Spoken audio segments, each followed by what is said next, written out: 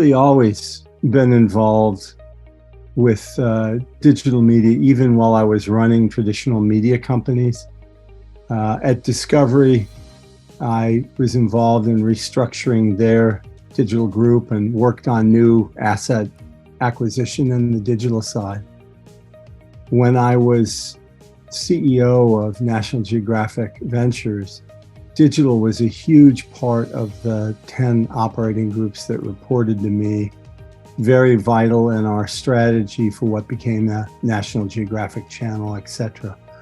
All of that reported up to me. And then ViewLift, which began 14 years ago as Snag Films, was a digital forward company from the beginning.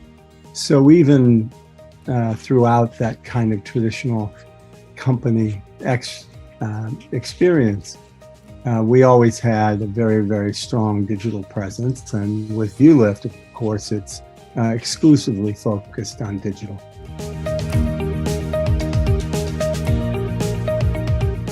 Good question. I think the new normal is kind of all of the above. I think for content owners, the desire and indeed the necessity is to distribute wherever your audience is. And so I think that means traditional linear distribution when you can get it, and in those markets where you can get it. Digital and over-the-top distribution wherever that makes the greatest sense, frequently in the same markets, because it may be that you're linear. Let's say you're a sports league, you have linear carriage for only a portion of your games, and digital in an OTT space may be the only way that you can offer a full package of your games. And it may be in certain markets you do not have the opportunity to get linear carriage at all. So I think distribution mechanisms have to be extremely, extremely broad. Well, I think there are probably big changes. The first is the growth in new sports and new leagues. You see it even in a traditional sport like American football with the development of new leagues. But you see a whole series of new leagues develop, new sports themselves develop. So I think from the fans' perspective, more choice, more opportunity to engage, number one. Number two, pandemic had an enormous impact on the sports world and on fans. For nearly 2 years, for most of their favorite sports experiences, they couldn't watch in person because it was unsafe from a health perspective. So this season was a tremendous opportunity for sports fans experience to be able to attend live games in crowds again.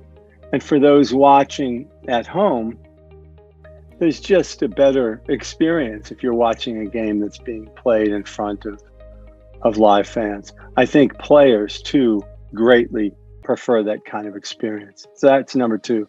Number three, tremendous growth in over-the-top OTT. And that has kicked off a real impact in terms of where sports fans can watch their favorite sports. Fourth, social media really changed the nature of how highlights are produced and distributed. If you looked 4 years ago, you didn't see fan highlights at major sports league games. The technology wasn't quite there yet.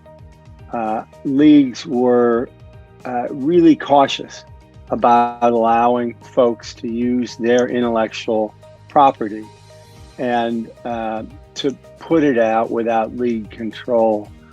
So I think that's changed, where it is now the expectation that individual fans will post their own highlights from their seats in the stadium based on what they want to share socially.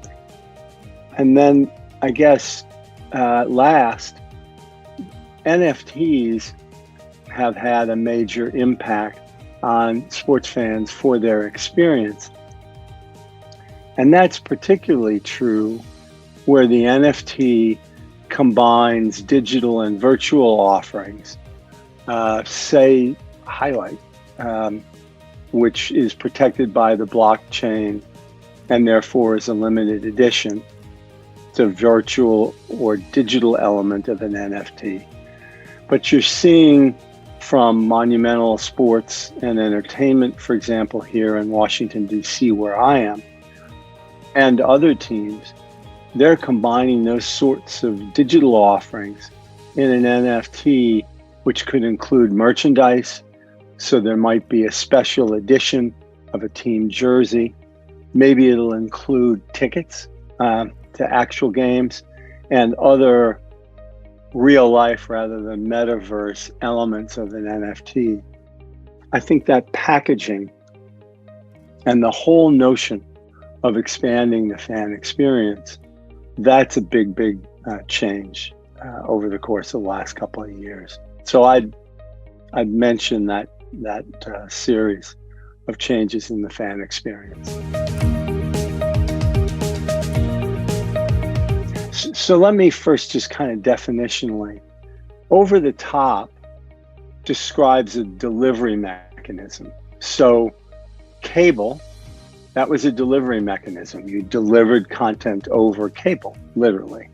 Satellite, similarly, the content was delivered over satellite. Over the top means it's internet protocol streamed content delivered to devices which are set up to receive that. I think your question is the most interesting applied to the direct to consumer part of OTT, where a content owner doesn't go through a cable operator or other intermediary to stream its content, but goes directly to the sports fan or to the consumer. I think most folks, when they think OTT streaming services, think of Netflix. And Netflix, of course, goes directly to consumers. So if you focus on that, I think it's clearest how and why marketers are essential and the direct-to-consumer piece, because the business itself depends on the efficacy of customer acquisition. Where are you getting your subscribers or viewers from? Same thing with engagement. That's really a marketing question. Also monetization. What are the tools? How do you get your content best in front of the biggest audience? What's the relevant data you need to be able to evaluate which acquisition channel is the most productive for you? That makes the job for marketers tougher, but it's also more rewarding because they're able now in the OTT space, because of the data that is available to content owners through that distribution mechanism, they're able to track everything in close to real time about customer acquisition. So I think that opens up an enormous set of opportunities for marketers who engage in the OTT industry.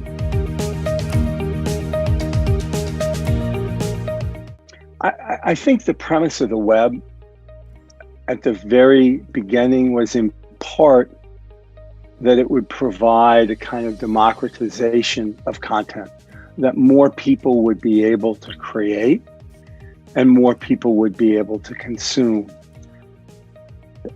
That really has inherent in it that creators can go directly to their fans and to consumers.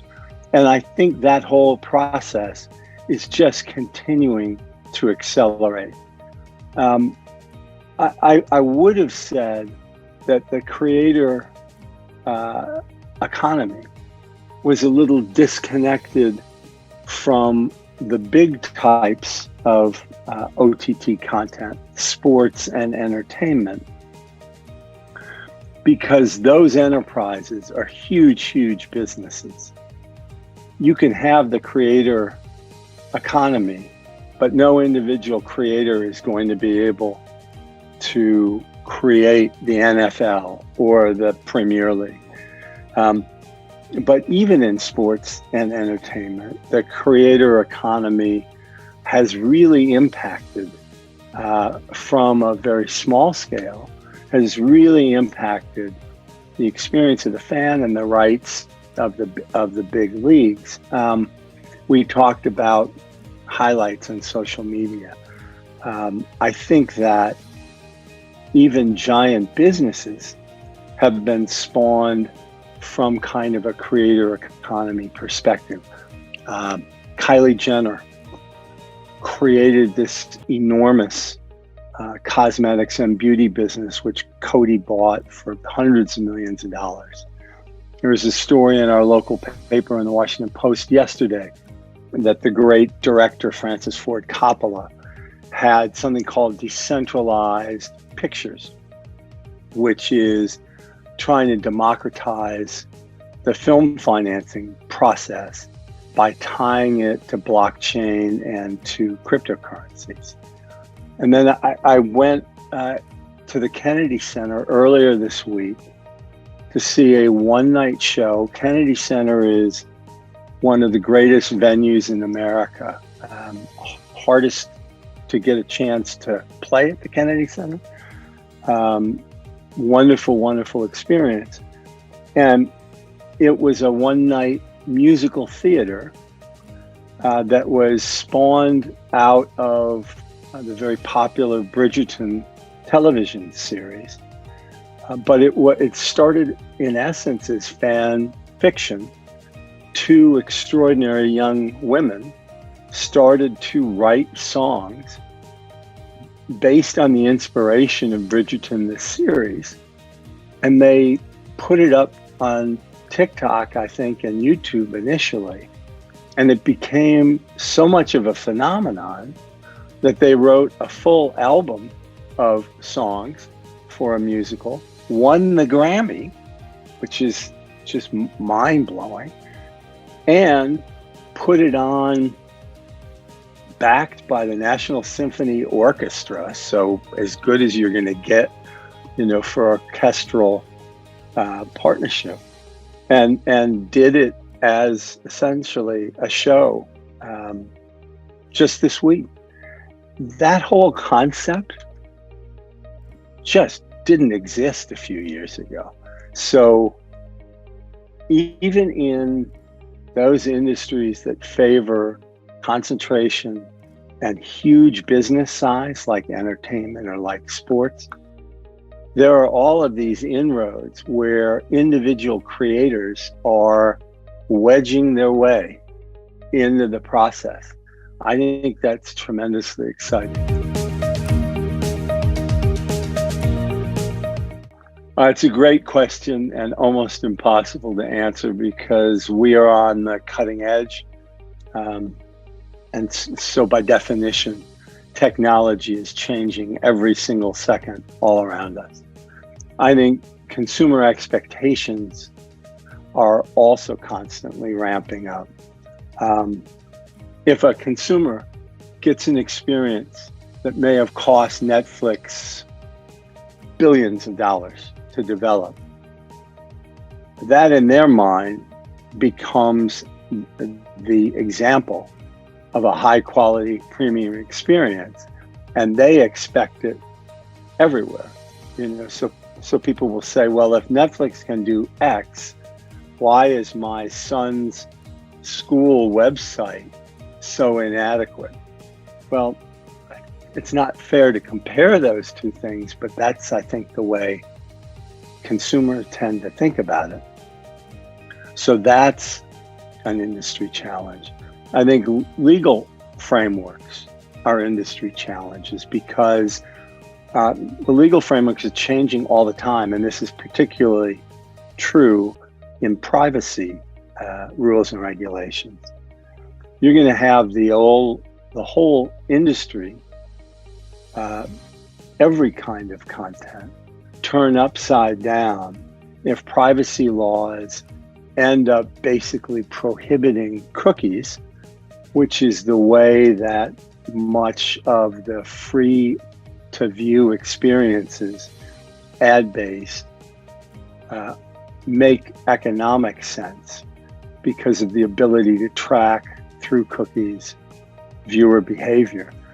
That's going to disappear, I think, over time because of privacy rules and regulations. And so what that means, what advertisers shift to make their position make sense, huge industry change. And by definition, over the top means you have to deliver on a whole panoply of devices. You've got a whole number of mobile device manufacturers, iOS and Android being the biggest of them. You have a series of other providers like Roku who have grown up in the OTT age. You have smart TVs, you have game consoles, all of these different device platforms. And for a content owner and its technology partner like a ViewLift, you have to provide that content across all of those major devices. Now, those devices don't have common standards. Those devices change the rules all the time, often without much notice. And so it is a tremendous industry challenge to track all of that and provide a great experience to consumers whenever they want to watch something and on whatever device they wish to watch it, and then provide the data that comes out of that engagement back to the content owner. That's a huge part of what we at ViewLift do, and it's very, very hard. I don't think there is a fixed number of subscriptions any individual household will insist on. It's like any other choice and expense. If it's something that's very worthwhile to you, you will spend for it.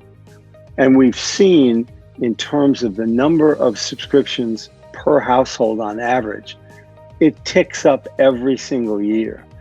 So we certainly haven't hit a saturation point yet. And I don't think it is an arithmetic thing. You have to prove value. And in a time when personal finances are stretched more than ever, and we're facing that really all over the world, you have to step up to make that value equation work. You really have to show folks that it's worth it to pay you for that subscription. The key to all of this is engagement, really making it worthwhile for the subscriber to continue to engage, to give value to their subscription. And that engagement really turns on personalization.